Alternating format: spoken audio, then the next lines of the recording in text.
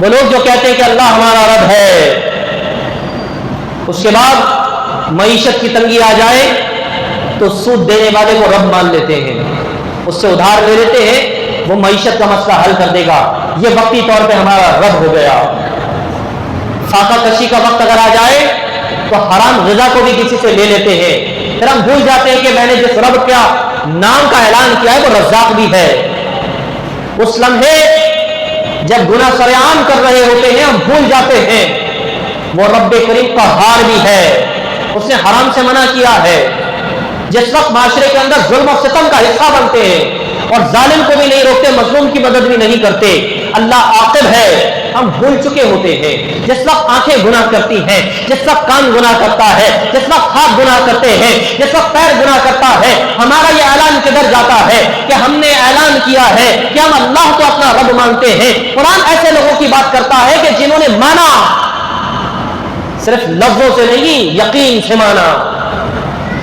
رات کی تنہائی ہو تو بھی انہیں پتا ہے اندھیری رات میں کالے پتھر پر چلنے والی کالی چوٹی کی رفتار کو دیکھنے والا میرے گناہ کو دیکھ رہا ہے۔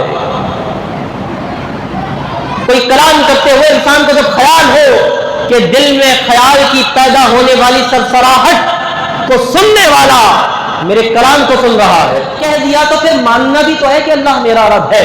ثم استقاموا، پھر یہ نہیں سوچنا کہ لڑکیوں کے رشتے طے کرتے ہوئے مجھے دین کو ایک طرف رکھ دینا ہے، میں ماڈرنزم کی دنیا میں جاؤں گا تو میری بیٹیوں کا اچھا رشتہ طے ہوگا۔ رشتے اچھے بھیجنے والا بھی اللہ ہے۔ یہ نہیں سوچنا ہے کہ اس کاروبار کو بند کر کے میں کسی کے ساتھ حرام کاروبار میں پیسہ ملا لوں گا تو میرا بھی کچھ چل جائے گا۔ یاد رکھنا کہ رزاق اللہ ہے۔ یہ نہیں سوچنا کہ اگر مجھے یہاں پر سکون نہیں ملتا میں کسی اور کافروں اور جابروں اور ظالموں کی تنظیم کا حصہ بن جاؤں تو شاید مجھے قوت و اقتدار حاصل ہو جائے گا۔ اقتدار و قوت بخشنے والا بھی اللہ ہے۔ یہ نہیں سوچنا کہ گھر میں اگر برکت و سکون نہیں ہے میں کسی جادوگر اور ٹونا گھر کے پاس چلا جاؤں تو نہ جانے وہاں سے مجھے کوئی برکت مل جائے گی۔ اللہ ہے جو برکت عطا کرنے والا ہے، اس نے قرآن عطا کر دیا ہے۔ یہ نہیں سوچنا میں اپنی فریادیں دنیا داروں کے آگے رکھوں گا، ہاتھ باندھ کر کھڑا ہوں گا تو وہ میرا کام کر دیں گے۔ 5 وقت رب تمہیں بلاتا ہے کہ آؤ ہاتھ باندھ کر کھڑے ہونے کا شوق ہے تو آ کر میرے آگے کھڑے ہو، میں تمہیں کامیابی اپنے گھر سے عطا کروں گا۔ ہم کس دنیا میں چلے گئے؟ جدید تعلیم انسان کو عروج دیتی ہے، تعلیم انسان کو سہارا دیتی ہے، عروج تو نبی کی غلامی عطا کرتی ہے۔ تعلیم صرف سہارا بخشتی ہے، ترقی اور عروج ان کے جو غلام ہو گئے وہ وقت کے امام ہو گئے، اور اس گھرانے کا جب سے میں نوکر ہوا سب سے اچھی میری نوکری ہو گئی۔ ان الذين قالوا ربنا الله ثم استقاموا، اللہ کہنے کے بعد استقامت کو اختیار کرنا ہے، ایک ڈٹ جانا ہے۔ پھر کوئی کہے بھی کہ یار میری دوستی کے خاطر تھوڑا سا نشہ کر لو، سارے کر رہے ہیں تو تم بھی کر لو، دوستی کا بھرم رکھ لو، تو تمہیں یاد ہونا چاہیے کہ تم نے کہا ہے اللہ میرا رب ہے، اور اس پہ استقامت یہ ہے سارے جہاں کی یاری ایک طرف، رب کی دلداری ایک طرف، رب سے محبت ایک طرف، سارے رشتہ دار کھڑے ہو جائیں کہ نہیں شادی اس طرز پر ہوگی، تقریب اس طرز پر ہوگی، یہ خاندان کی روایت اور اصول ہے، لیکن بندہ مومن ایک ستون استقامت بن کے کھڑا ہو جائے کہ میں شادی بیاہ اور وراثت اس طریقے پر کروں گا جس طریقے پر قرآن نے کہا ہے ثم استقاموا۔ ڈٹنے کا معاملہ تو آئے گا ہی جب کوئی مقابلہ ہوگا، مقابلہ ہی نہیں تو ڈٹنا کیسا؟ اب میں نماز پڑھتا ہوں، اچھی بات ہے، آپ پڑھیں، عبادت ہے، فرض ہے۔ آپ میں درود پڑھتا ہوں، پڑھنا چاہیے، عبادت ہے، ثواب ہے۔ تلاوت کرتا ہوں، کرنا چاہیے، فضیلت کا کام ہے، لیکن ڈٹنا کس کو کہتے ہیں؟ طوفان کی طغیانی کی ہواؤں میں کوئی کھڑا رہے تو کہا جاتا ہے ڈٹ گیا، ظلم کے سامنے کوئی کھڑا رہے تو کہا جائے ڈٹ گیا، باطل کے سامنے کوئی کھڑا ہو جائے کہا جاتا ہے ڈٹ گیا، فحاشی کے چھکر چھڑے وہ اپنی عفت و طہارت پر قائم رہے، اسے کہتے ہیں ڈٹ گیا۔ یہ استقامت جب مقابلہ آئے نظریات کا، جب مقابلہ آئے عقائد کا، جب مقابلہ آئے اللہ سے دوستی اور یقین اور دنیا والوں کا، جب مقابلہ آئے سرکار دو عالم کی غلامی کے رشتے اور دنیا داروں کے آگے جھکنے کا، تو پھر یہ آیت یاد کرنا، ان الذین قالوا ربنا اللہ ثم استقاموا، وہ لوگ جو ڈٹ جائیں، یا اللہ پھر ہوگا کیا؟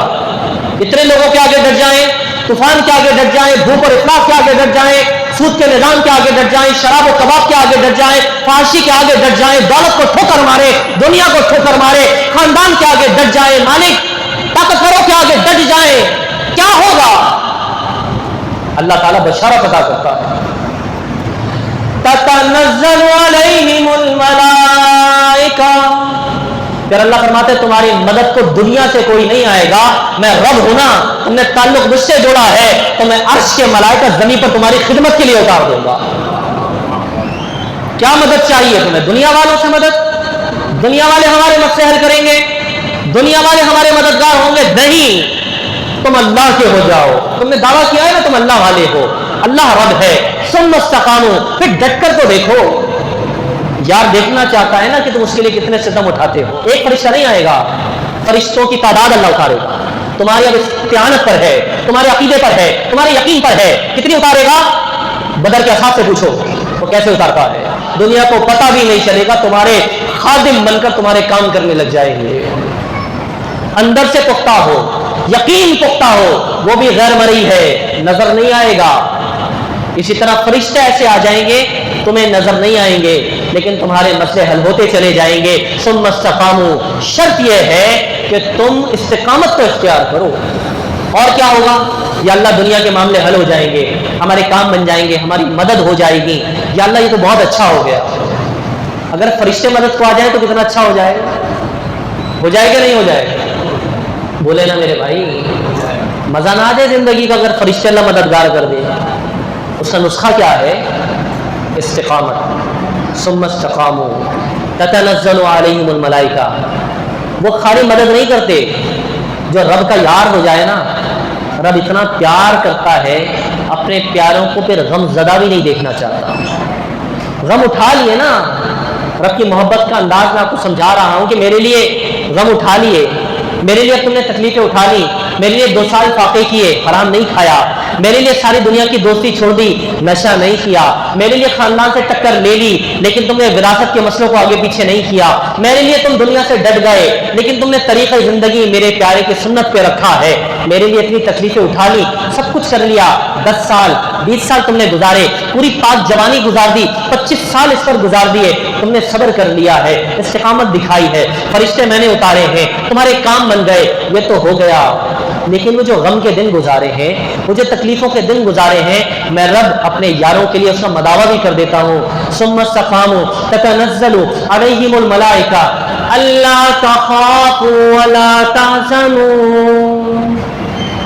رب فرماتا ہے کہ میں پیغام دے رہا ہوں اور فرشتے یہ کام اور کیفیت کر کے جائیں گے کہ تمہارے دل میں جتنے حزن و ملال ہیں، اللہ کے فرشتے ایسا پر ماریں گے سارا غم نکل جائے گا۔ جتنا غم تھا نا، جو اللہ کے لیے زندگی گزاری اور تکلیفیں اٹھائیں، جو غم اور تکلیفیں تھیں، لوگوں کی گالیاں سنی ہوں گی، لوگوں کے تانے کھائے ہوں گے، کسی نے کہا ہوگا بڑا ملا بننے چلا ہے، نوجوانی کے اندر تقوی اختیار کر دیا تو بڑا اس کو تقوی کا ہیضہ ہو گیا ہے، لوگوں نے خاندان میں باتیں بنائے ہوں گے، کوئی بیچارہ داڑھی منہ پہ سجانے لگ جائے تو کہتے ہیں تمہارا دماغ تو صحیح ہے، شیخ کے پیسے نہیں ہیں تمہارے پاس۔ اگر کوئی ماڈرن نوجوان پینٹ شرٹ چھوڑ کر نبی پاک کی سنت کو سر پر سجا لے تو کہتے ہیں یہ دیوانہ اور مجنون ہو گیا ہے۔ نہ جانے کس کس ستم اور ظریفی کے تانے اور تیر انسان کے دل پر برستے ہیں، تو وہ یار جانتا ہے، وہ پیار کرنے والا جانتا ہے، وہ تنہائیوں میں دیکھنے والا جانتا ہے تمہارے دل پر کیا گزری ہے۔ اب وہ نہیں چاہتا کہ تم غیروں سے چھوٹ کر رحمان کے ہو گئے ہو تو تمہارے چہرے کے اوپر غم اور مایوسی کے آثار رہے، بلکہ تم بادشاہ بن کر، غنی بن کر تم زمین پر چٹائی پر بیٹھے ہو لیکن لگتا ایسا ہو بادشاہ تخت پر بیٹھا ہوا ہے۔ اللہ تحزنوا، میں تمہاری جبین پر سے غم مٹا دیتا ہوں، میں تمہارے دل کا خوف ہٹا دیتا ہوں، نہ تمہیں کوئی ڈرا سکے گا، نہ تمہیں کوئی جھکا سکے گا، نہ تمہیں دنیا دیکھ کر غم اور کمی کا احساس ہوگا، نہ کوئی طاقت و حشمت دیکھ کر کسی کا خوف طاری ہوگا۔ اگر لوگوں پر خوف ہوگا تو اللہ والے کا خوف ہوگا۔ اللہ تخافوا ولا تحزنوا، یہ تو مٹا دیا میرے رب، دل خوش ہو گیا۔ یہ دنیا کے لیے، دنیا اچھی ہو گئی بس نہیں، اللہ تخافوا ولا تحزنوا، یہ دنیا ہو گئی،